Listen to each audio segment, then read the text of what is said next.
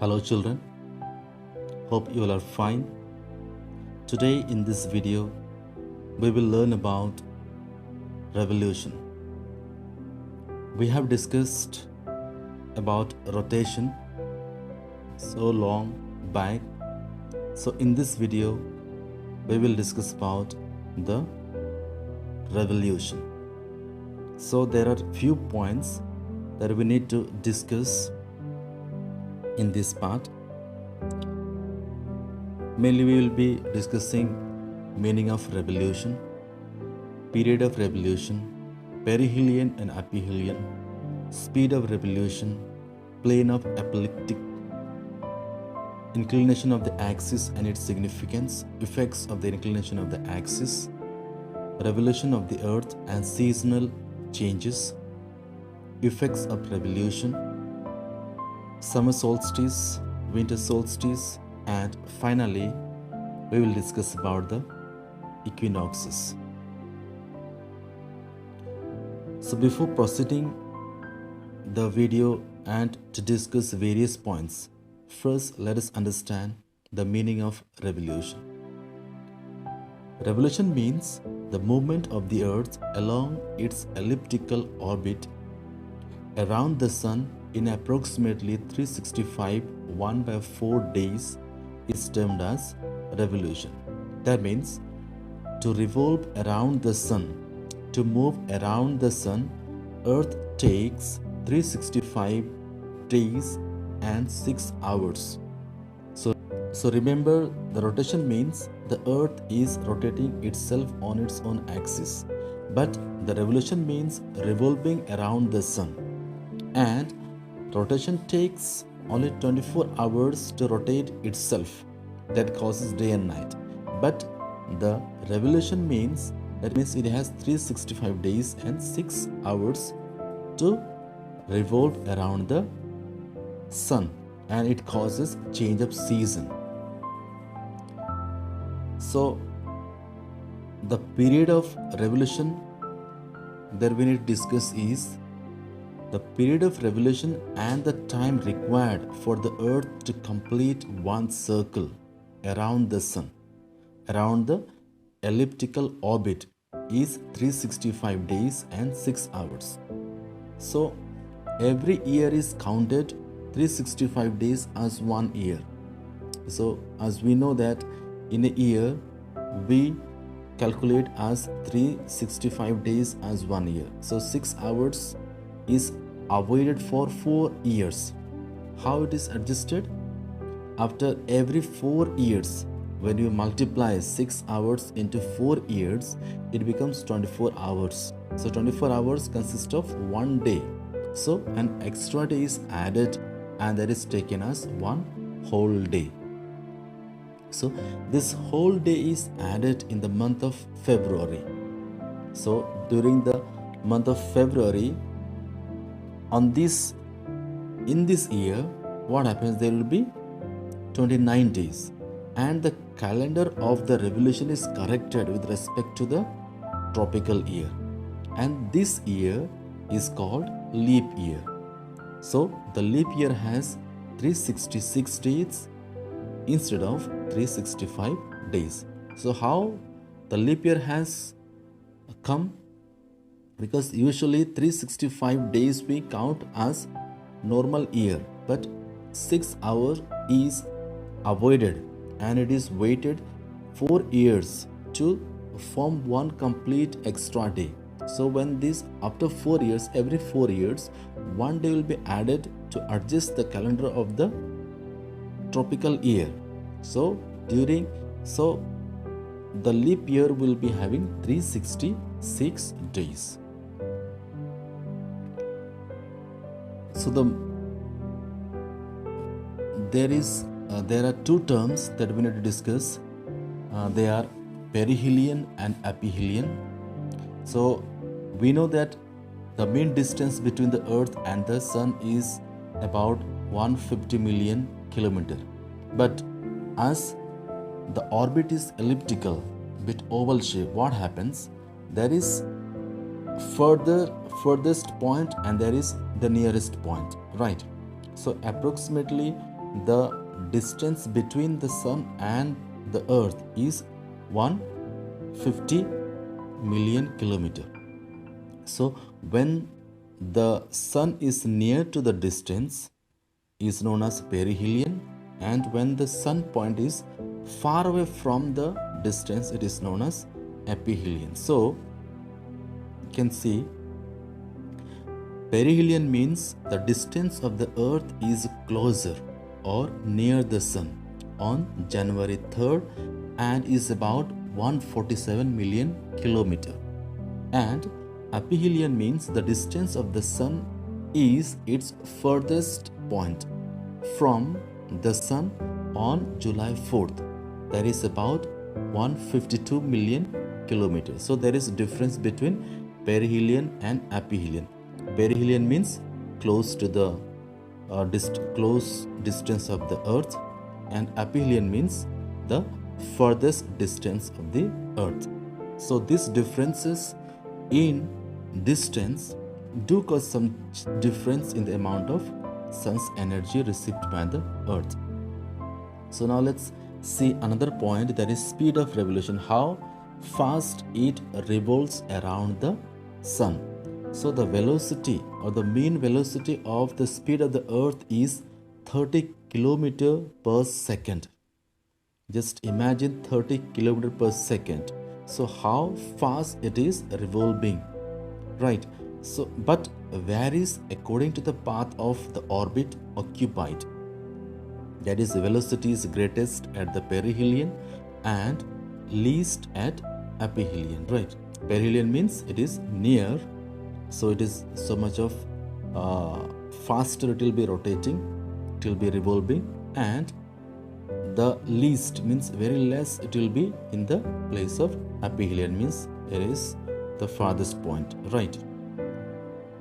So another point is to discuss, next point is to discuss is about inclination of the axis and its significance.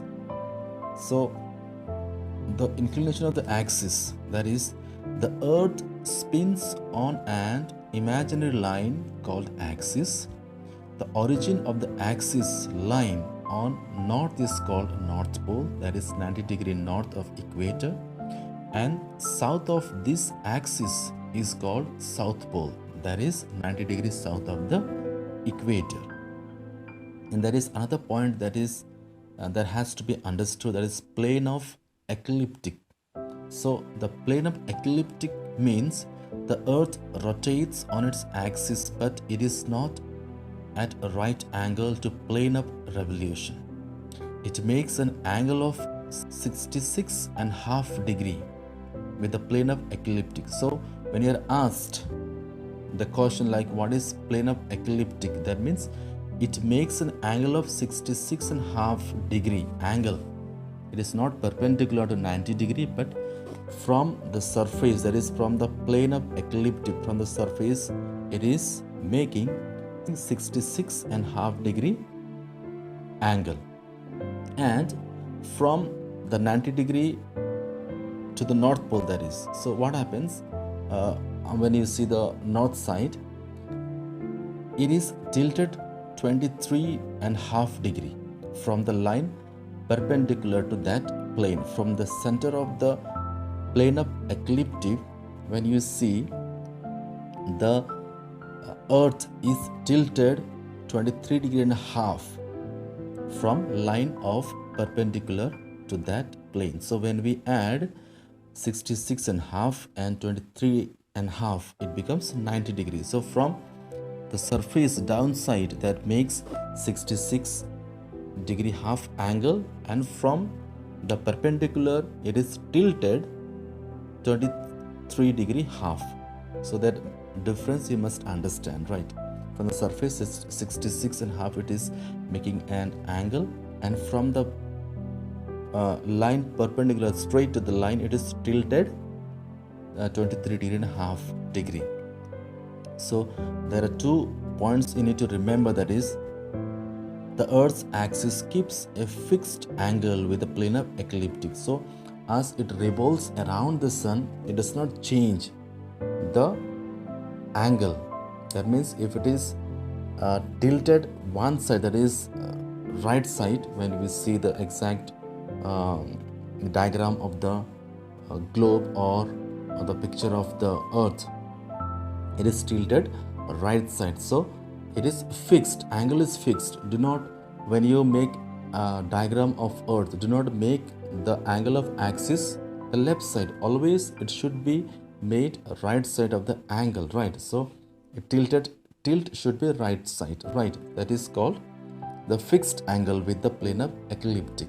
So hence the axis always points to the same directions during the period of its revolution. Wherever it is the revolution that we can see, you can refer the page number 35. You can see there are different angle of earth.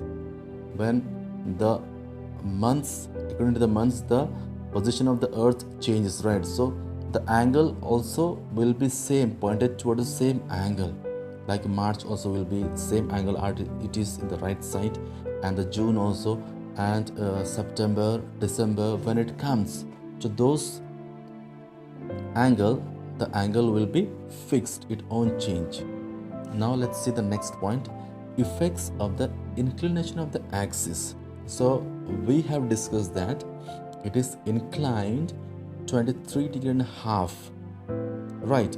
So as it is inclined to 23.5 degrees, what are the effects that we can see on the earth's surface?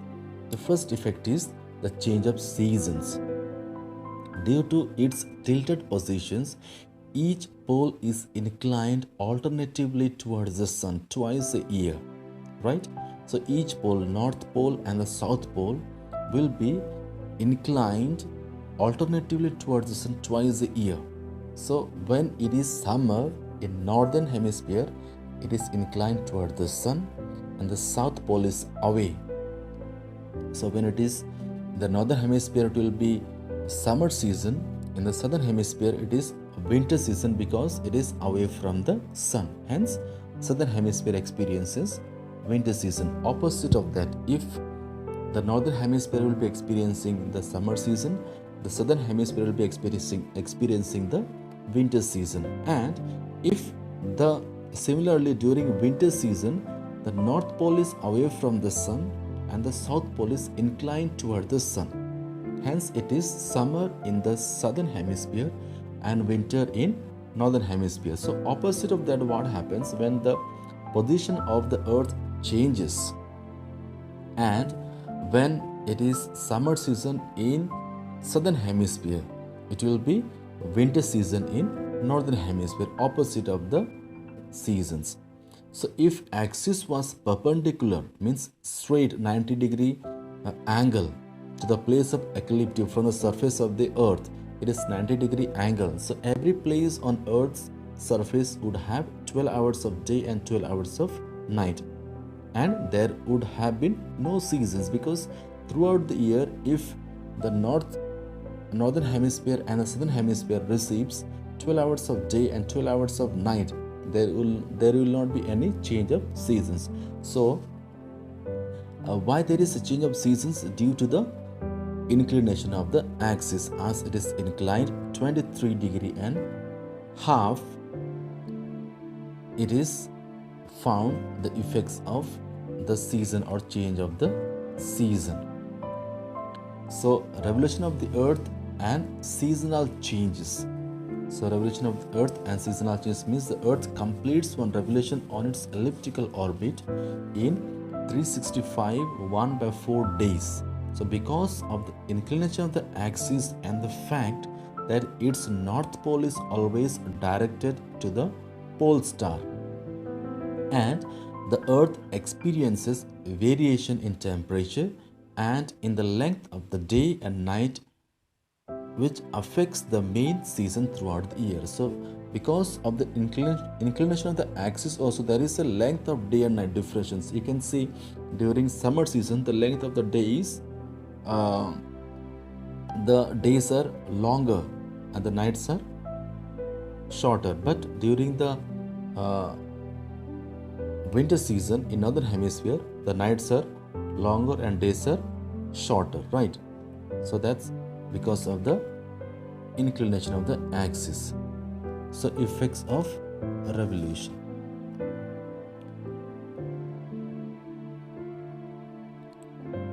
What is the effects of revolution? Changing altitude of midday sun at different times of the year. So when the revolution takes place, there is a change of midday, the change of altitude of the midday at different times of the year. You can see the midday when during the summer seasons the sun is overhead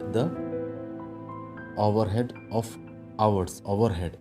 During the summer season sun will be usually overhead, but during the winter season, as the position or the revolution of the earth takes place, we don't experience the sun overhead, it is slanting, right? So another point is that varying length of day and night. So the length of day and night also varies, it is not equal.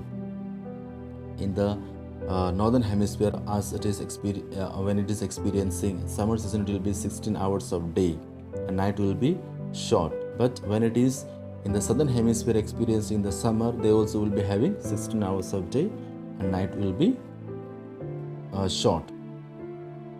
And third point is that seasonal changes and their effects on temperature. So there will be seasonal change during the summer season, high temperature, during the winter season, low temperature, that opposite of the hemispheres will be experiencing. During March and during September, they will be having equal temperature, moderate temperature, pleasant weather will be there. So these were the effects of revolution. Now let's see, the next point is that summer solstice. So what is summer solstice means? The word solstice in Latin means sun standing still or reaching the zenith point. So the summer solstice means, the word solstice in Latin means the sun standing still or reaching the zenith point. In summer solstice on June 21st, North Pole is inclined towards the sun. So on June 21st, when the sun is direct on the Tropic of Cancer, the North Pole is inclined toward the sun. So they will be receiving bit slanting rays of the sun. Hence the Tropic of Cancer receives the direct rays of the sun, and Northern Hemisphere experiences summer season. So summer solstice in the months of June, right? As we are in the Northern Hemisphere, I would take the example of summer solstice in the Northern Hemisphere. So during the month of June, as the sun is direct over the Tropic of Cancer, we experience summer season. The summer season applies only to Northern Hemisphere, as Southern Hemisphere is experiencing winter season. So Southern Hemisphere is away from the sun, so opposite of season will be experienced. When we experience the summer season, they will experience winter season, because South Pole is away from the sun. And the great circle that demarcates the boundary between sunlit and shadowed halves of the earth is called circle of illumination. So when the sun focused on the earth, the area which is receiving the sunlight is known as day, and other side of the area which is not receiving the sunlight is called night. So the circle that divides the earth into parts, one is day, one is night, that circle is known as circle of illumination. So at the summer solstice, it divides all the parallels except equator into unequal parts. You can see the page number 37, refer the textbook, and you can see the yellow color part are known as the day. It's dividing the unequal parts except the equator, and the other side gray color is of day, which is also seen in the summer season, that is because of the circle of illumination. Next, let us discuss about the special features of summer solstice. So what are the special features of summer solstice? You'll need to learn all these points. During the summer season, what happens? The duration of day is longer than night. So during summer season in the northern hemisphere, the days will be longer and the nights will be shorter. Daylight lasts for entire 24 hours beyond the Arctic Circle towards the North Pole. So North Pole, as it is inclined, it is tilted towards the sun, they will be experiencing almost 24 hours of day. So this happens because the entire polar area north of the Arctic Circle lies within the illuminated area by the sun. So the North Pole area lies entirely within the circle of illumination. Because of that, what happens? They experience daylight 24 hours during the summer season beyond Arctic Circle. Right. The length of day increases with increasing latitude north of the equator. So length of the day will be increasing. Nearby the equator, it will be less hours as we move towards the Tropic of Cancer and we move towards the Arctic Circle and North Pole. So the duration of the day will be increasing. The latitudes in the north and south of the equator, the relative lengths of day and night are in exact opposite relations. So what happens? The latitudes in the north and south of the equator, what happens? The relative lengths of day and nights are in exact opposite relations. The southern hemisphere will experience a winter and Arctic's region will be in total darkness. So when the North Pole is inclined towards the sun and experience the summer season, other side in the South Pole it is completely dark. When it is receiving in the North Pole 24 hours of daylight, in the South Pole it will be remaining 24 hours dark. So now let's see another point, that is winter solstice. So opposite of that summer solstice, winter solstice, the conditions at winter solstice on December 22nd in the northern hemisphere are exactly reverse of summer solstice conditions. So at this time, south pole of the axis is inclined directly towards the sun, and the southern hemisphere enjoys the same conditions of increased sunshine. So what happens? At this point of south of the axis is inclined towards the sun. Now when we in northern hemisphere experience winter season, now the southern hemisphere will be experiencing summer season. So in that 22nd December, the southern hemisphere will be experiencing the summer season. So our side in the northern hemisphere will be experiencing the winter because it is away from the sun, and the south pole is now towards the sun, and the southern hemisphere will be enjoying the same conditions of increased sunshine, and south pole will have continuous daylight for 6 months. South pole will be continuous daylight for 6 months, whereas the north pole will be remaining dark. Right. So some special features of winter solstice is that the sun shines directly overhead Tropic of Capricorn. Hence, the length of the day increases as one goes towards South Pole. So, below the equator, when we move towards the South Pole, the length of the day will be increasing as Southern Hemisphere will be experiencing summer season. So, day is longer in Southern Hemisphere than night, but in Northern Hemisphere, the day is shorter and night is longer. Opposite of that will be same. Between the Arctic Circle and the North Pole, nights last for entire 24 hours. Why? Is because now the sun is inclined towards the South Pole. So the Arctic Circle is in the North Pole. So what happens? 24 hours it will be dark, as the entire polar area is within the Arctic Circle, lies in the shaded side of the circle of illuminations, whereas South Pole has 24 hours of daylight. Opposite of that, it will be experiencing during the summer season or during the summer solstice in northern hemisphere, as North Pole experience the 24 hours of daylight. So during the summer season in southern hemisphere also will be experiencing the South Pole 24 hours of daylight. Now the next point is equinoxes. Equinoxes means equal day and night during the months of March and September. And see, it is over the equator. So summer season, that means summer solstice means the sun is directly over the Tropic of Cancer, or it is over the Tropic of Capricorn, right? The winter solstice means it is away from the Tropic of Cancer, or it is away from the Tropic of Capricorn, right?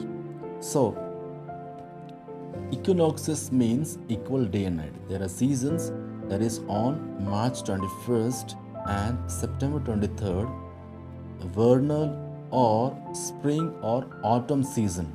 Autumnal equinoxes, the relation of earth to sun's rays is identical. So during March and September, what happens? As the sun is overhead the equator, both the hemisphere almost receives the 12 hours of day and 12 hours of night. So due to this reason, the circle of illumination passes through the poles, thus divides the earth into equal halves, right? All places on earth will have 12 hours of day and 12 hours of night, as circle of illumination passes through the poles and thus divides the earth into equal halves. Hence, day and night are equal of length, 12 hours each at all latitudes. Thus, equinox means equal day and night. Equinox means, remember what do you mean by equinox means? Equal day and night. When does it happens? It happens March 21st and September 23rd. So these were the few points that we discussed. Hope you all understood, and any queries, any doubt is there, please keep on asking in WhatsApp group. Already it is created. Feel free to ask any doubt and try to complete the notes. Anyone is not able to find out any answers, please ask, and don't confine to the exercise only. Make notes from inside. Read thoroughly inside the textbook, because when you understand the concept of the textbook, then only you will be able to understand the answers in the board examinations or in the examinations, right? So if you are only learning the exercise question answers, nothing is going to come from there, right? So understand the concept from inside, so that you will be able to understand or answer what are the question, any question that is being asked in the exams. Thank you so much. Thank you for watching this video, and for more videos subscribe my channel, so that whenever I upload you will be getting the notifications and you can watch as soon as possible. Thank you so much.